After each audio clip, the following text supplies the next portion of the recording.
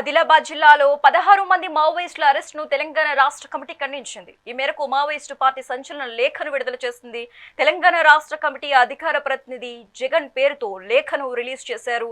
కకర్ బుడ్జి బాబీపేట్ గ్రామాల పరిసరాల్లో నిరాయుధంగా ఉన్న మావోయిస్టుల అరెస్టును ఖండించారు. ఫాసిస్టు బీజేపీ రూపొందించిన కగార్ యుద్ధానికి మద్దతు ఇవ్వొద్దని రాష్ట్రంలోని కాంగ్రెస్ ప్రభుత్వాన్ని కోరుతూ మావోయిస్టు పార్టీ లేఖ రాసింది.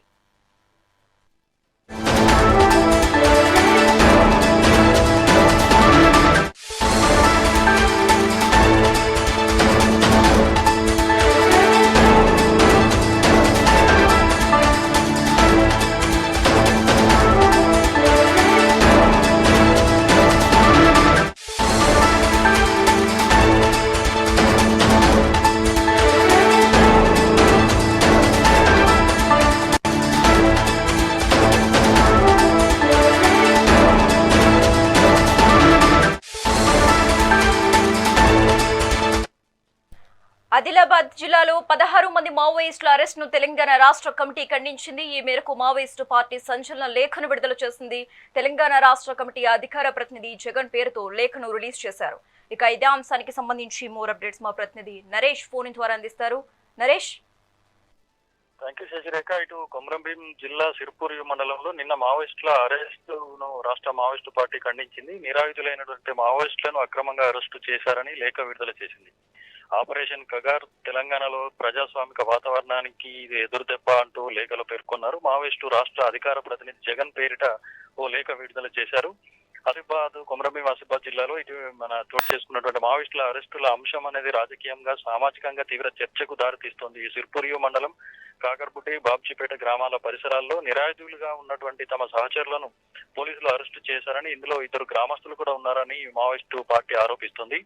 తెలంగాణలో కొనసాగుతున్నటువంటి శాంతియుత వాతావరణాన్ని భంగం కలిగించేందుకు ఈ చర్యలు చేపట్టారని వారు విమర్శిస్తున్నారు. అరెస్టులను ఖండిస్తూ పట్టుబడిన వారిని వెంటనే కోర్టు ముందు హాజరుపరచాలని చెప్పేసి డిమాండ్ చేస్తున్నారు. ఇటువంటి చర్యలను అన్ని రాజకీయ పార్టీలు, సంఘాలు, ప్రజాస్వామికవాదులు, మేధావులు ఖండించాలంటూ తెలంగాణలో ప్రశాంత వాతావరణం కొనసాగేందుకు వీలుగా ఉద్యమించాలని పిలుపునిస్తున్నామన్నారు. అంతేకాదు కేంద్రంలోని ఆర్ఎస్ఎస్, బీజేపీ విధానాలపై తీవ్ర స్థాయిలో విమర్శలు గుప్పిస్తూ దేశంలో ప్రజాస్వామ్య వ్యవస్థలను బలహీనపరిచే ప్రయత్నాలు జరుగుతున్నాయని ఆరోపణలు చేశారు.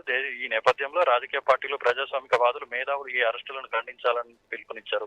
ఏక్ భారత్, శ్రేష్ఠ భారత్, ఏక్ జవాన్ పార్టీ ఏక్ నినాదాలతోటి దేశంలో అన్ని పార్టీలను నిర్వీర్యం చేసి నిర్మూలన చేసే పథకంతో ముందుకు పోతున్నదన్నారు.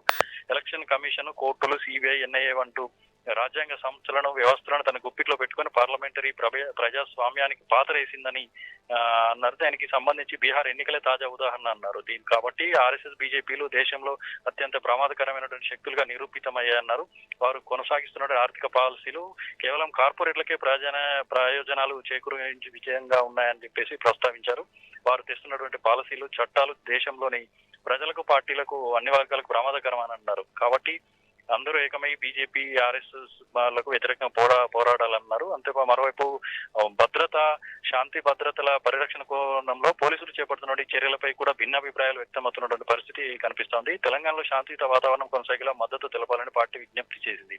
మావోయిస్టు పార్టీ విడుదల చేసినటువంటి ఈ ప్రకటన ప్రధానంగా కేంద్ర ప్రభుత్వ విధానాలను, అలాగే స్థానిక పోలీసుల తీరును తప్పుపడుతున్నట్టుగా ఉంది. దీనిపై ఇటు నిన్న అరెస్ట్ అయినటువంటి 16 మంది మావోయిస్టులు ఎవరైతే ఉన్నారో దానిలో ముఖ్యంగా రాష్ట్ర నేత కార్యదర్శి బడే చోక్కరావుతో పాటు 15 మంది ఉన్నట్టు ఇటు పోలీసులు అరెస్ట్ చేసి వారిని డీజీపీ కార్యాలయానికి రాత్రికి రాత్రి ప్రత్యేక వాహనంలో తరలించినట్టుగా తెలుస్తుంది. ఒక సిగ్నల్స్ ఆధారంగా ఛత్తీస్గఢ్ నుంచి వచ్చినటువంటి ట్రేస్ చేసినట్టు నిఘా వర్గాల సమాచారంతో వీరిని అరెస్ట్ చేసినట్టుగా తెలుస్తున్నారు. దీనికి సంబంధించి ఇంకా పోలీసుల నుంచి అధికారికంగా ఎలాంటి ప్రకటన కూడా విడుదల కాలేదు. దానికి సంబంధించిన ప్రకటన విడుదల కావాల్సి ఉంది. శశిరేఖ.